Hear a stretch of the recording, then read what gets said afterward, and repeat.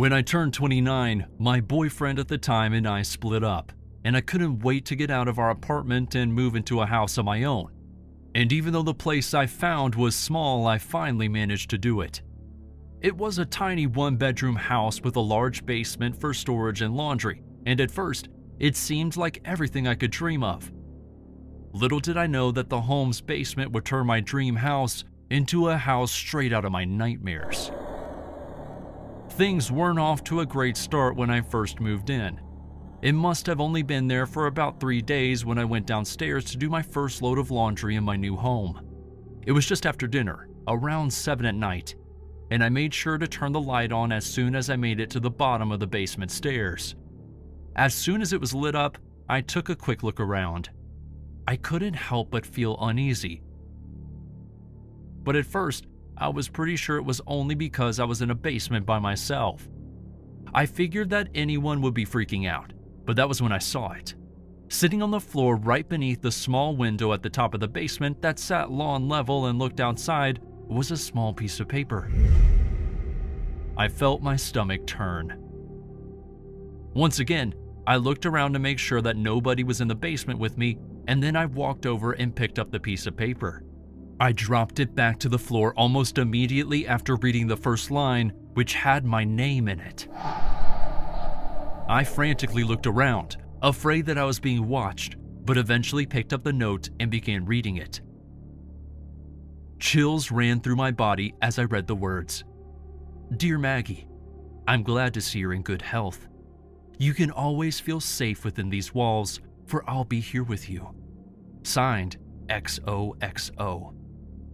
I looked up towards the window that I was certain it came from, and then back over my shoulder. That night, I decided to stop doing laundry and ran right upstairs to call my parents, who helped me move. I asked them if they left me a note in the basement, and they just laughed because they thought I was joking. When I realized it wasn't them, I got really concerned and told them what happened. But they said that it was probably just a note that fell out of my clothes or something that my ex had left me. I did my best to believe them, but that night I had a hard time sleeping. Eventually, the morning came and I decided to do laundry in the daytime, but I didn't make it all the way down the stairs before turning back around. As soon as I could see the floor underneath that window, I saw that there was another note waiting for me. That time, I didn't even pick it up. I just decided to call the police right away. Officers were sent over to my house to check it out, but other than walking around my yard and looking for anything that might tell them who was leaving these notes for me, they couldn't do anything. They suggested that I get someone to stay with me, and then went on their way and left the note behind. After they left, I decided to read it for myself. This time the letter was a bit longer and said, "Dear Maggie, thank you for accepting me into your home and heart. I saw you get scared before, but I promise you have nothing to worry about. I am here for you always. Signed, XOXO." Shivers went down my spine, and I decided that I couldn't stay in the house that night. I went inside and called my older brother and asked him if I could stay the night at his house while I figured things out. But before he could answer, I heard a noise that made me drop my phone. At the time, I was standing in the kitchen, and directly beneath me, I could hear the sound of someone walking around as if someone was in my basement. I decided that it was time I figured out what was going on. I slowly made my way over to the basement door and opened it, and before I could even start heading downstairs, I saw the legs of someone walking over to the floor near the window. I was frozen in terror as I watched them kneel down and place the note on the floor. I tried to be quiet as I stepped away from the basement door, but the floorboard creaked as I stepped backward. I let out a loud shriek as the man in my basement turned around and noticed me. But before anything could happen, I ran as fast as I could outside. Thankfully, my neighbors heard my screaming and came out to help me. It wasn't long before the police were back at my house looking around, only this time they managed to find something. Or should I say, someone. As one of the officers walked around the basement, he noticed that there was a small wooden panel that looked like it was slightly shifted from the wall. And as soon as he got close enough, he was attacked by a man who had been hiding in the basement walls. He overpowered the first cop, but the other 3 officers managed to arrest him. When asked who he was, he wouldn't give them his name. All he kept saying was, "I wasn't going to hurt her." According to the officer, before I bought the house, it had been vacant for a while, and it was likely that the man was homeless and staying there when I bought it. They even think he was walking around my house while I was asleep or not around, which to this day freaks me out. I ended up moving out of that house within the next month. I just couldn't take the thought of someone living in my basement without me knowing it.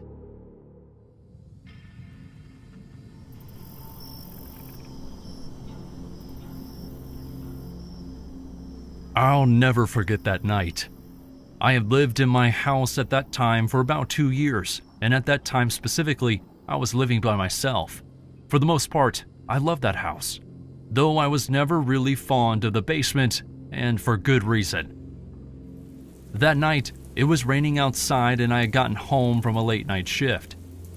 As soon as I stepped outside of my car, I felt like there was something wrong in my gut.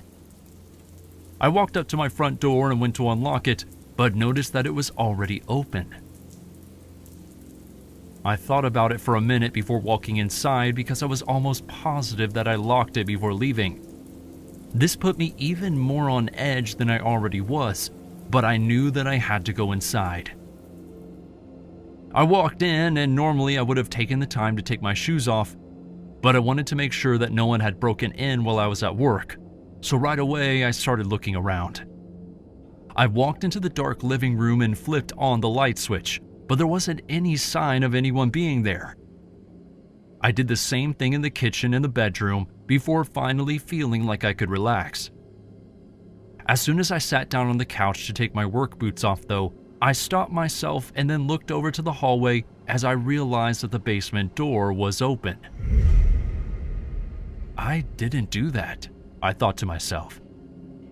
I never leave that door open. It makes it hard to keep the upstairs at a good temperature. I slowly stood up and started walking over to the basement, and I peeked in, wondering if I was going to see anything. It was too dark to see beyond the base of the stairs, though. I tried to force myself to walk down the stairs, but there was something in the back of my head telling me not to do it. That's when I decided to call out. "Hello? Is anyone down there?" I hollered. There was no response, but still, I knew that something wasn't right. "If someone's down there, you better say something before I come down and get you."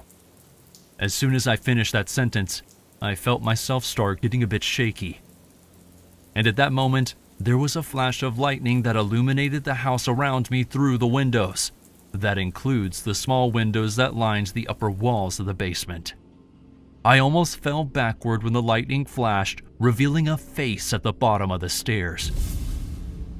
It was only for a brief second, but while the basement was lit up, I unmistakably saw a man standing at the base of the stairs, looking right back up at me.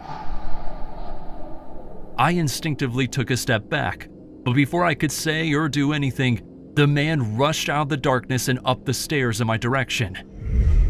I tried to brace myself, but with full force he rushed me and slammed me against the wall. I fell to the floor, but tried as fast as I could to get back up. It was no use though, as the man grabbed me and forced me down the basement stairs. I tried to stop myself from rolling, but I couldn't help it as I was tossed down the stairs. My head smacked against the hard concrete floor and I rolled onto my side as I looked up the stairs. For a brief second, I saw the man looking back at me as he slammed the basement stairs closed with him on the other side.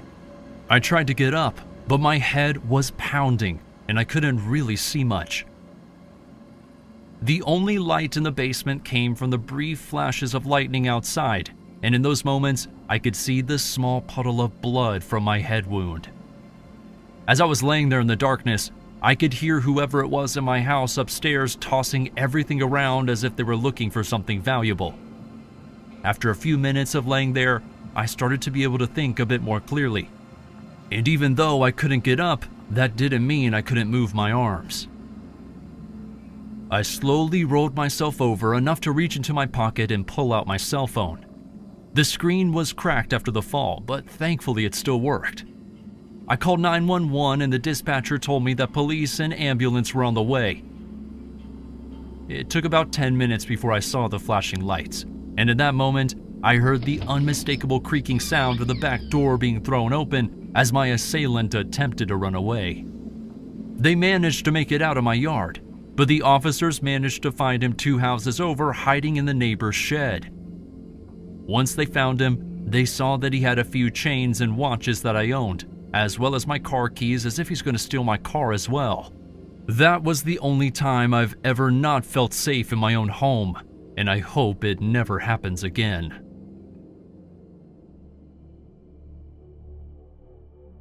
Growing up, I always considered myself lucky to have a decent-sized house. However, it didn't come without its flaws, and I'm talking about the basement. At first, I thought the basement would be a super cool place for my friends and me to hang out, sort of like my own bat cave. But I quickly learned that it wasn't a place I wanted to spend any more time than I had to. It started when I was about 7 years old. We had lived in the house for almost a year by that point, when out of nowhere, something strange started happening. It started in the middle of the night one day when everyone in my house was woken up by a loud slamming sound. I sat up in my bed but didn't dare to move as I waited to see if I heard anything else. That was when I heard my dad call out for me and ask if I was all right. I responded to let him know that I was fine and asked him what happened, but I couldn't quite hear his answer. At that point, I was curious and got out of my bed and walked over to the hallway and stuck my head out. That was when I saw my mom and dad standing in front of the basement, looking down the stairs. They saw me and told me to go back to bed, so that's what I did. However, this wasn't the last time we were woken up by that same noise. We quickly figured out that something was causing the basement door to unlatch and its weight was causing it to swing open and slam into the wall. But what we couldn't figure out was how it was unlatching. What's even stranger was that on a few occasions when I was woken up by the basement door opening, we noticed that the basement light had been turned on. But for some reason, it was way dimmer than it normally was. But anytime my dad went down and checked to see if anyone had broken it, the basement was always empty. I told my friends at school about what was happening, but none of them believed me. So I did what anyone my age would do. I dared them to sleep over and spend the night in the basement with me. I admit that I was probably the most scared out of all of us that night, but I didn't like that my friends thought I was lying. That night, we all met at my house and set up our sleeping bags in the basement with some snacks and board games to keep us busy while we waited. The hours passed and one by one my friends started to get tired. Not me though, I was too on edge. They all got ready to lay down, and as my friends started to fall asleep, all I could do was look over to the stairs and wait. I didn't have to wait long though. My eyes widened as I noticed a bit of movement in the corner of the room that was behind the basement stairs. I could feel goosebumps crawling up my arms as I realized that there was a person coming out from underneath the stairs and making their way around and up them. I nearly gasped as they stopped at the base of the steps and turned to look at me and my friends as if they were trying to check if we were sleeping or not. I wanted to scream for my parents, but I was too scared. The person made their way up the stairs and they opened the door before slowly walking out of the basement and closing it behind them. Only they didn't close it enough for the door to latch. About 20 seconds later, we all heard the slamming of the door hitting the wall at the top of the stairs, waking up my friends around me. I thought that no one was going to believe me this time, but it turned out that my friend Jacob was still awake and he asked me if I saw the person come out from my staircase. As soon as my parents came to the top of the stairs, I found the courage to call out for them. They came running down the stairs, and Jacob and I explained to them what we saw, and that was when my dad discovered a small cubby behind the staircase that we didn't know about. My dad ended up setting up a camera in the basement to catch whoever it was that was doing it, and it turned out to be one of his coworkers that had recently lost their house. He had apparently been breaking in while my parents were at work and sleeping under the stairs before leaving while we were all sleeping. The man had actually been over to our house before when we first moved in, which was when my dad thinks he got the idea to sleep there. Needless to say, he was arrested for breaking and entering, but he didn't try to fight the charges.